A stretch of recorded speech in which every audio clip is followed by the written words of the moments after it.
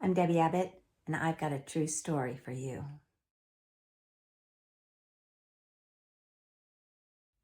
Back in 2003, my then fiance, now husband, and I were building a home. We were living in Scottsdale, Arizona at the time. We got up early one weekend morning to go take a look at the progress on the house. My husband was driving. I was in the passenger seat. We were coming up to an intersection and making a left-hand turn. And there was a woman, well, I say woman, she was very androgynous, but yet had a female aura about her.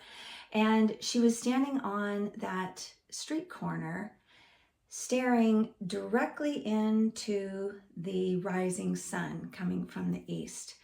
And she just had this kind of disconnected sense about her. Now, mind you, this is all happening in the amount of time it takes to make a left-hand turn in an intersection. But the weird thing is, I felt like, a time slip happened and everything just kind of slowed down. I was looking at her, and the thing that struck me immediately was, well, she was glowing.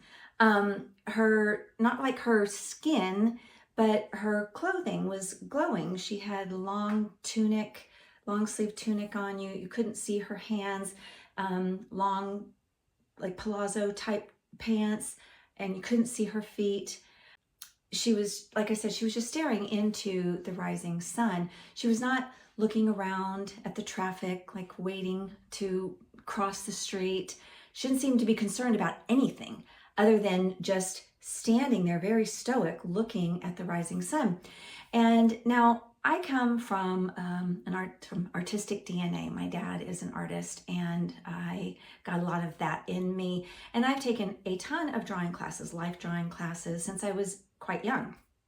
So the first thing that struck me when I saw her was, she had no like shadow, either of her silhouette or behind her. At that time of morning in the summer here in Arizona, the shadows are very long in the morning. The sun is low, shadows are and she's standing there and she has no shadow. And I'm thinking, wait, how is that possible? And she had no silhouette. There was no silhouette on her upper body, legs, nothing. And I thought, that is just the weirdest thing. And by this time, we've made the turn around the corner, and I'm like turning around in my seat, and I'm trying to keep my eyes on her so I can comprehend what is happening in front of me. And the road kind of curved to the left, and so eventually she was out of sight and I couldn't see her. And I turned around and sat back in my seat, and I looked at my fiance and I said, "Did you see that woman standing on the corner back there?" And he looked at me, and he, in his my favorite term of endearment, Petey Swy, sweetie pie with the letters reversed, he said, "Petey Swy, there was nobody on that corner." And I thought he must be joking, and I'm like, "Babe, she was glowing, like glowing, like bioluminescence. If you've seen the waves roll in on the beach under moonlight and you see the bioluminescence, it was that same type of glow. It wasn't shining out. It was just this energy glow."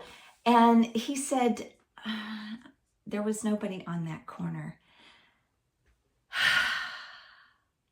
I knew then something big was coming, because I felt for sure that this was an angel. Even though she had no wings,